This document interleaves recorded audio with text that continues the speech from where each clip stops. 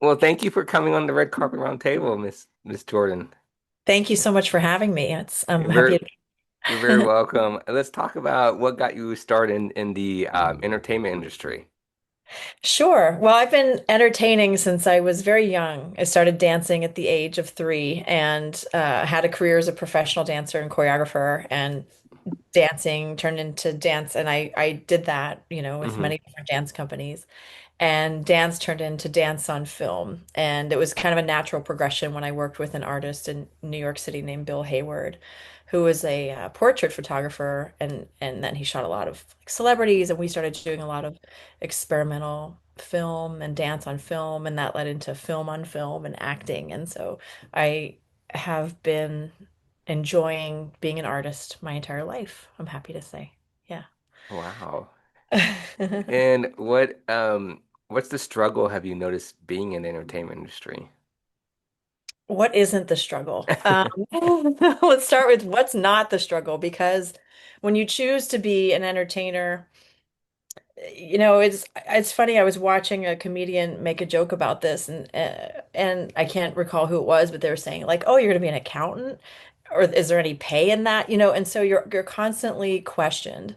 I feel like that's one of the biggest things for me that's been something that I've overcome is people constantly not understanding you as a person, not understanding your field, not having a belief that you're inherently going to make it, as most people tend to when they hear of other people going into the career of law or the career of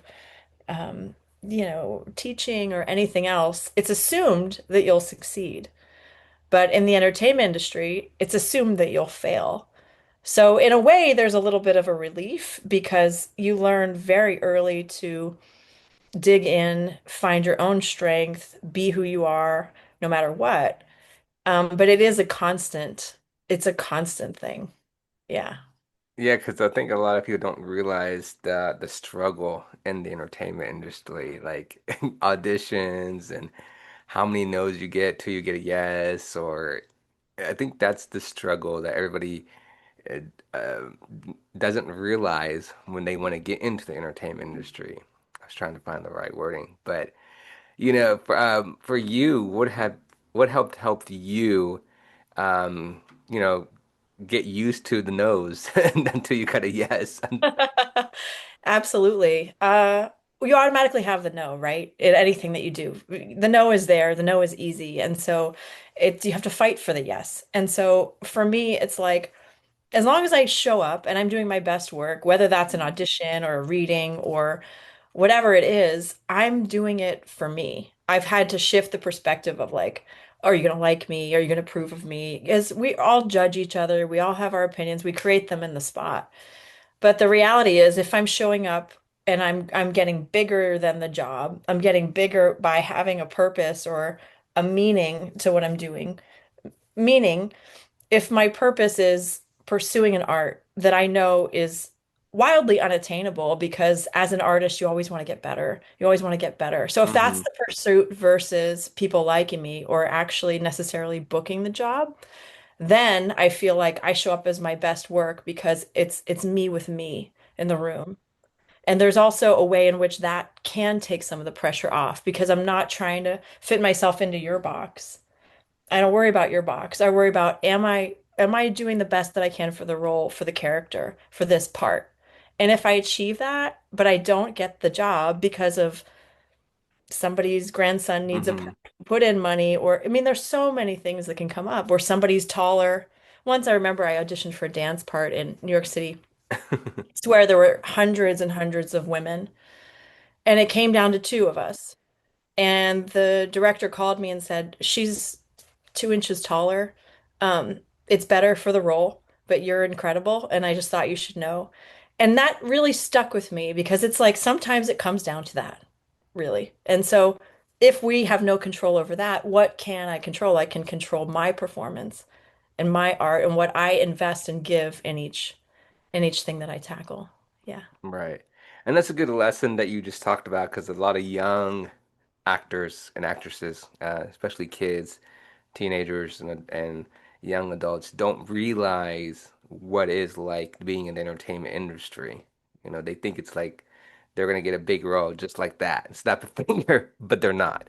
Um, and it's you're right. You know, you're telling a story like it's not like get used to auditions. I mean, you do, but it's like get used to the no's till you get the yes. But also, it's like don't give up, right? Keep going, keep Never fighting. give up. Never, ever, ever, ever give up. You know, the people that make it are the ones that are obsessed, that are the Hmm. ones that are passionate, the ones that are willing to, oh, okay, everybody's taking one acting class. I'm going to take two. Everybody's doing this. I'm going to go that extra step. And I do believe, I really, truly do believe that if you're willing to put in that much work and you're constantly willing to change your tactics, not just the same thing over and over, but you're like, okay, that didn't work. Let me try this. Okay, that didn't work. Who can mentor me? Where can I get Hmm. the advice to do better? You're gonna have some moments of success. Like it's inevitable. That's 100% true. 100%. I want to dig into is there any your acting career? I mean, is there any upcoming projects that you can talk about? I would love to talk about my play. Yeah, we're doing a play at the Odyssey Theater called Hmm. The Mother with the Hat. It is by Stephen Adley Gurgis, and it will be running the month of August, opening August 9th, which is our big gala. And it closes the 31st. Unless we're wildly sold out, then we might extend. But it's a very exciting play. It is a diverse cast with actors from different backgrounds and ethnicities and all coming together to fire up LA theater and show people what we can do out here in theater. I think Hmm. LA sometimes people don't think that the theatrical scene is very strong. And, to their point, sometimes that's correct, but I'm looking to change that. This play is looking to change that. And I have seen some incredible pieces of theater out here. So some of it is a misnomer, it's a misconception. But, come and check us out. Like it's gonna be fun, it's wild, it's sassy. It's for people that might not normally want to go to a play. Hmm.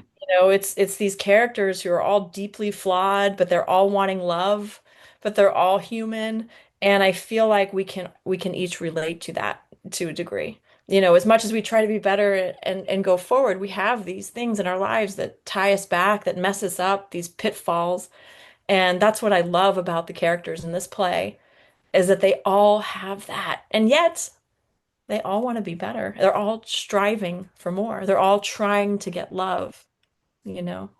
It's a beautiful message. Well, that's amazing. And where can people go watch this? They can go to the Odyssey Theater. It's in West LA, and you can go to tmfwth.com to get your tickets. And we have a preview on the 8th, and we have some discounts for students. We have some discounts for senior citizens, and we have some group tickets if you want to have a fun group outing. We're hoping to also target.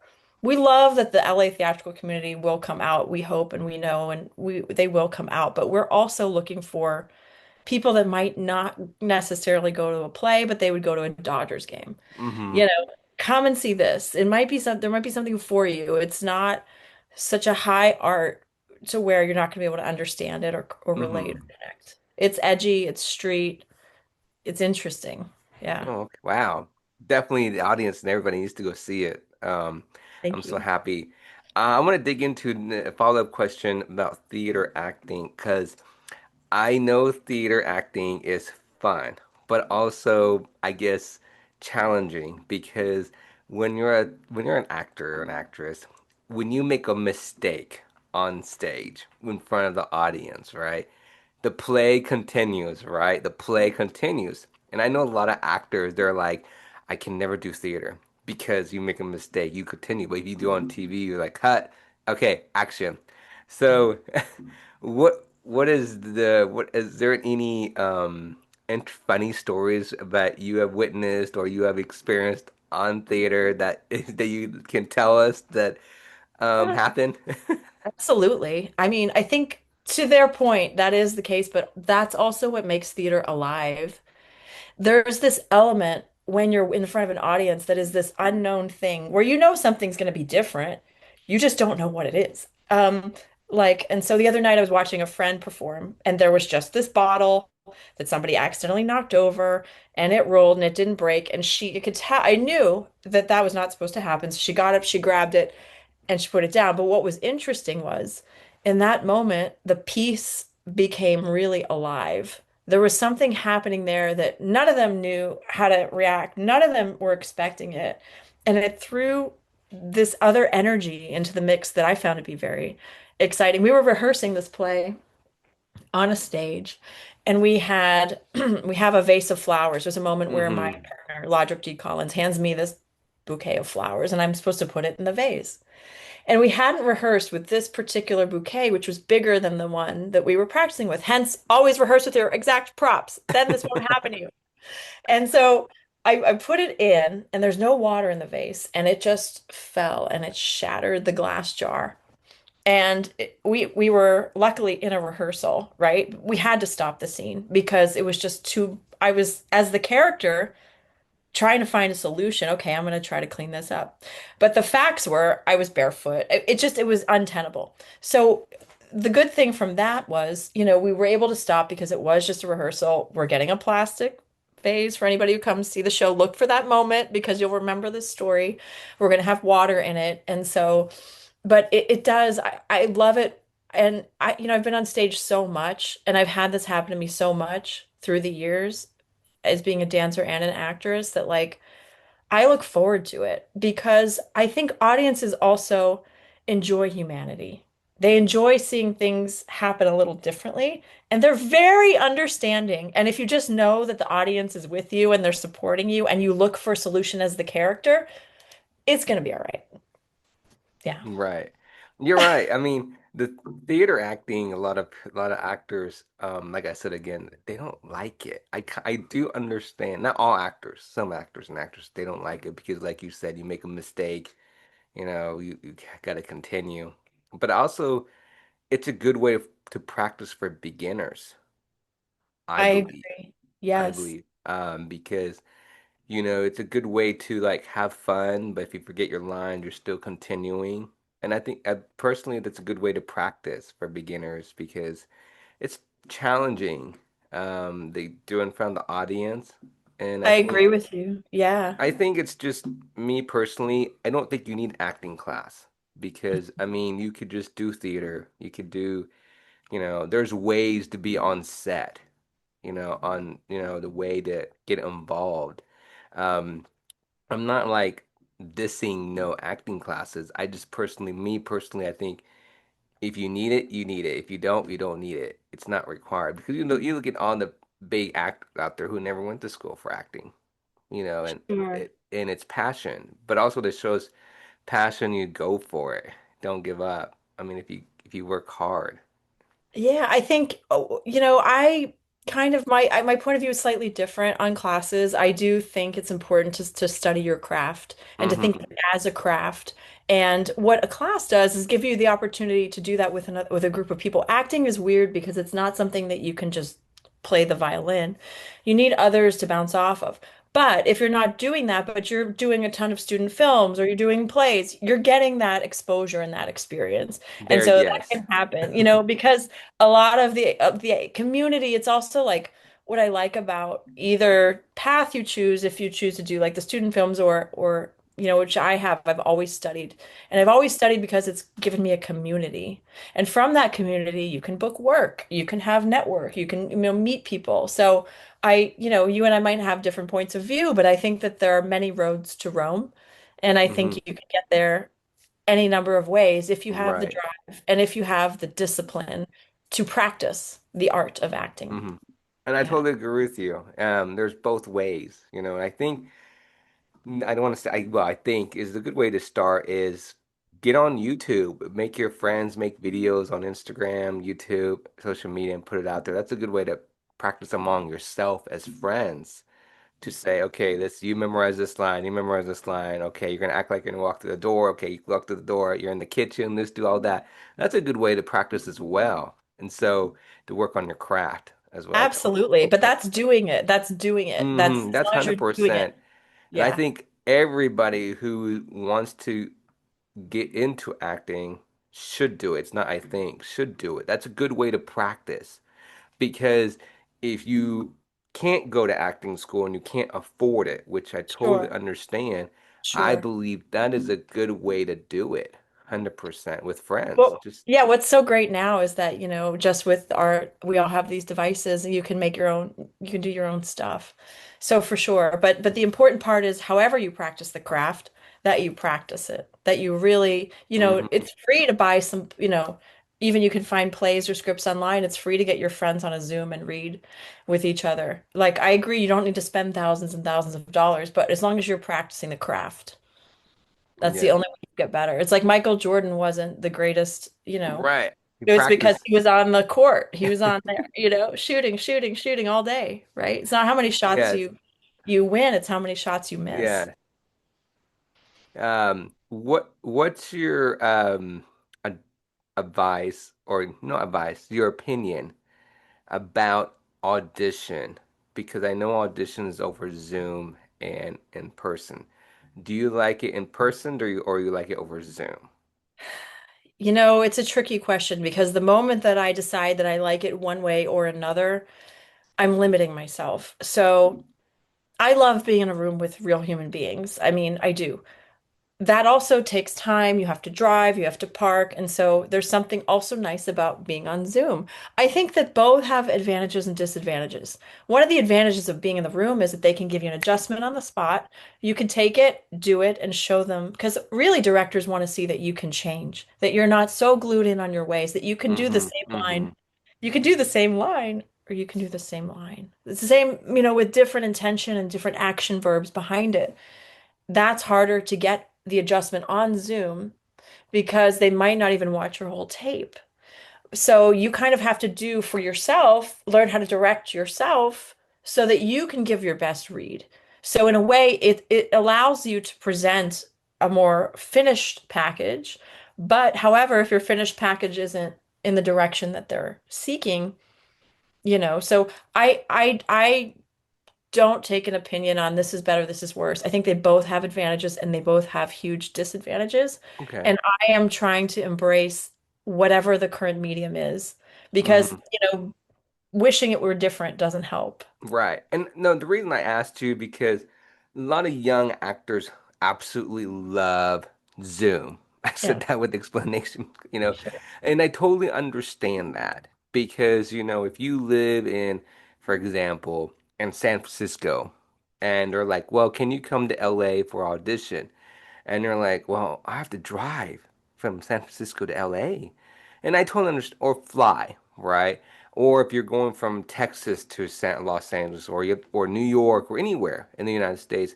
So a lot of young actors, especially maybe adults, love it now because you don't have to worry about spending money. So I do agree with you on that, and on the pros and cons on that. And I hear a lot of elderly actors, not to go after any elderly actors, but the traditional actors who've been doing it for a while. They like doing it in person because you can show your full personality. So I totally agree with you. There's both pros and cons. I'm not saying in person's never not gonna go away. I just think there's pros and cons in both. I think it's great. I personally think it's wonderful that there's both. So you don't have to worry about driving or flying. I do Save too. money.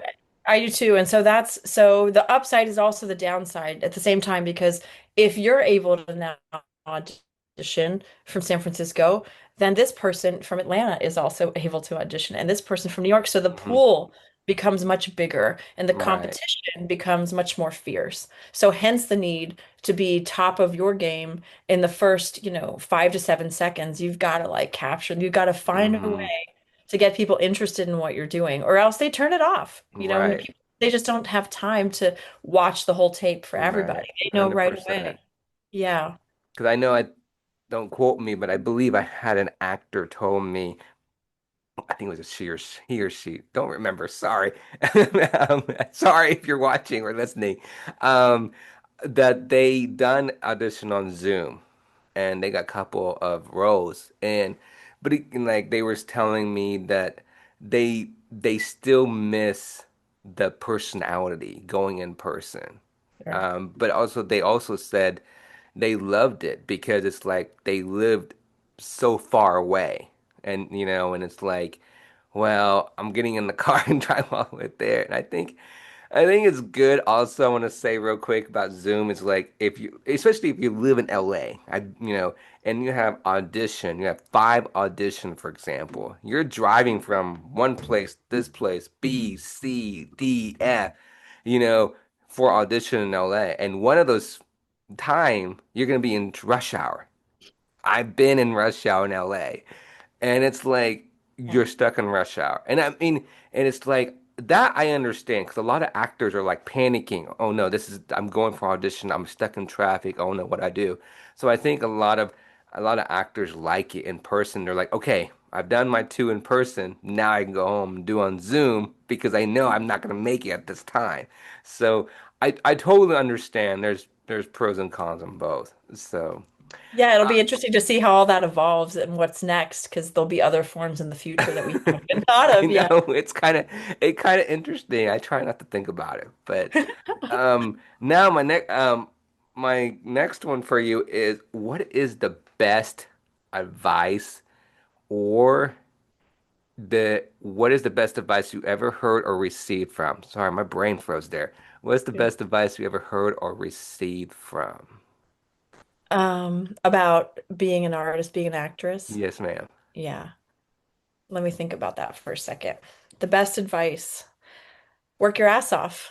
Hmm. Work your ass off. Work your ass off. Work your ass off. There's nothing that can replace it. Good looks are there to a point, but when you had or have the in-person auditions and you show up and you see 25 other people just as good looking or better good looking, right? So that gets you so far. Natural talent is good. But again, you show up, and now that we're virtual, put that to the hundreds or thousands, and they all have the same natural talent. So you've got to really find what is going to give you your edge. What is going to give you your Wow. edge? If you can take all the skills that you've naturally been given, maybe you're a character actor and you look interesting, maybe, and blow on that and heighten that and try to bring a quality to the character, try to find a unique read that's not what they saw, but when they hear it, they go, yes, that requires the work. That's not going to come from a first read or a second read or a third read or a 10th read. It's going to require reading it over and over. Like for the play, we've been workshopping it for almost 2 years. I'm going to be honest with you, because we're fundraising, we're getting the play, we're getting the characters. We had actors that had booked other jobs on major movies that got taken out. We had to replace. Every production always has things that happen. It's totally normal. Now, I've been working on this character for that long, and I am just starting to crack the surface of her, I swear to God. And you're talking about hundreds and hundreds of hours that we've put into this. I'm just starting to figure her out. And so I think that's what I have to say. Fine, if you really go after it like a diamond, you've got to, a diamond in the rough, you've got to work at it, work at it, work at it, work it.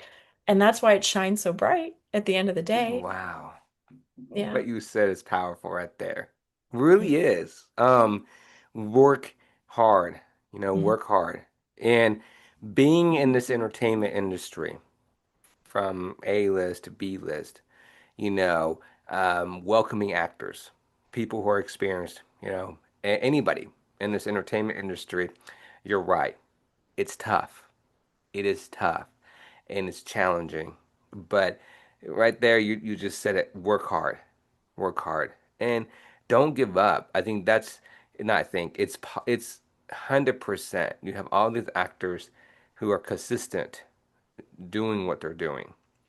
That's the serious thing. A lot of people are like, "Oh no, this is so tough." Yes, it is. It's tough. You have auditions, you're staying up late, you may be on set for 16 hours all night, right? Mommy getting maybe only getting 3 hours of sleep because they want to catch a sunset and you get off a set at 2 o'clock in the morning. So I think it's that everybody needs to realize, and the fans and the audience who are watching films on TV and on movies, I just want the audience to realize this is what we do. The film crew. the actors, the directors. This is hard effort. It's not just only actors and directors and actresses. You have to realize the film crew. I personally believe the film crew is probably not getting enough credit. And I'm being honest Not at because all. you know Yeah. we are they are up the same time as everybody else. You may go see, for example, let's talk about Mission Impossible. I love Tom Cruise. Big shout out to Tom Cruise. But you see the behind scenes, how many times he's done all the roles, right? And everything, right? To me, like imagine how many times a film crew had to get up in the morning, do this and do this, Pirates in the Caribbean, everything. So for me, it's like I want everybody to realize, when we go watch a TV show or a movie, just in, when I go see a movie, I thank the film crew. Yes, thank the Yeah, film crew. that's That's how that's so you. That's how. powerful. And theater is the same too in personality because I've seen theater. And even though, woof, wow, theater being on stage is like I've seen it. I trust me. I know what you're talking about. You see in theater and you're like, wait a minute, is that supposed to be part of the line? You see the actor and actors kind of pause, and everybody else is still there and doing the role, and then you're like, they snap their fingers, like, okay, blah blah blah blah, and they're doing their lines, and it was like, and everybody else is like, oh, we need to change the story. Like you could tell, like in their brain for a minute, it's just like, okay. But again, it's like I was saying behind the set. It's the crew that makes the Oh, my theater. 100%. And you were asking about great advice. Treat everybody on set equally, the Amen. same amount of respect. I Mm-hmm. 100%. Anytime I walk onto a set, I introduce myself to everybody. Big smile. Like I genuinely am grateful because when you go to the LA Philharmonic and you watch the orchestra, you see the orchestra. But when you go and watch a movie, it's still an orchestra, but you don't see all the parts. Like some of them are, Right. right? Amen. But it's a team sport. It really is. And if if the lighting person doesn't show up, if the gaffer, if the sound guy, if the catering, The every single stunts. yes, the stunt every I have a couple of friends who work in stunts and body doubles and like if all those people don't show up, there's no movie. So it is a working together.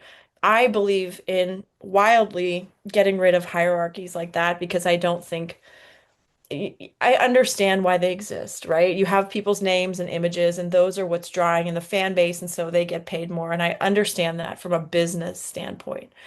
And simultaneously, you can still treat everybody really, really well. And you know what? Everybody will remember that. And you will become instantly more hireable. Instantly. If the director watches you being nice to somebody that's a PA or quote unquote like beneath you, which I'm saying that it's not that, Mm-hmm. they notice. People watch how you act on set. You have to be very careful how you treat every single human being. Amen. It's true. You never know who that person's going to be in 10 years, by the way. They might be the next biggest director, and they're just Yes. studying for now. And No idea. one thing Like, I want to say real quick is you're right. They are your friends. Be nice, be kind to one another because they're gonna also help you get some big roles as well. yeah, So, 100%.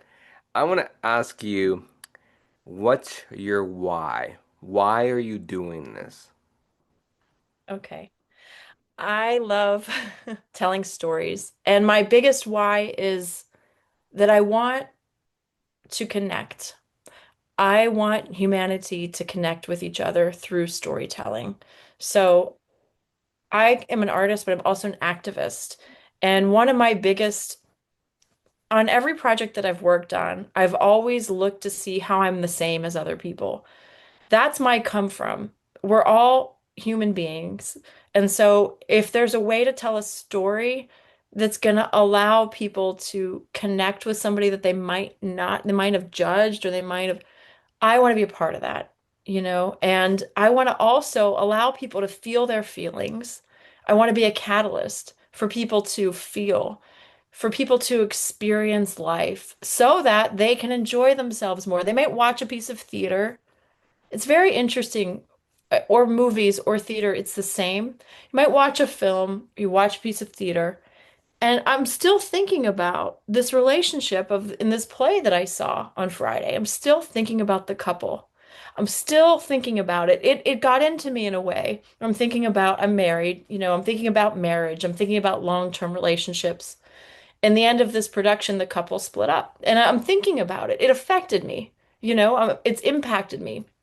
I want to impact people through art and hopefully to make their lives better, to be a source of comfort and ease and humor and relaxation. But underneath that, to hopefully nudge humanity towards yeah, better things, our better version of ourselves that I truly believe we can be. That's why I've made some films in the activist realm as well. I've done a lot of work in anti-human trafficking. It's been very important to me to use the media to tell stories that are for people that are underserved, stories that are underserved. That's part of it as well. But ultimately, it's to create connections between human beings. Wow, amazing. And I'm glad you're involved in activism and, speaking out against all the stuff that we need to talk about in the world and bring people together in humanity and bring peace and love to one another. And that's one thing about the film industry. We love telling stories.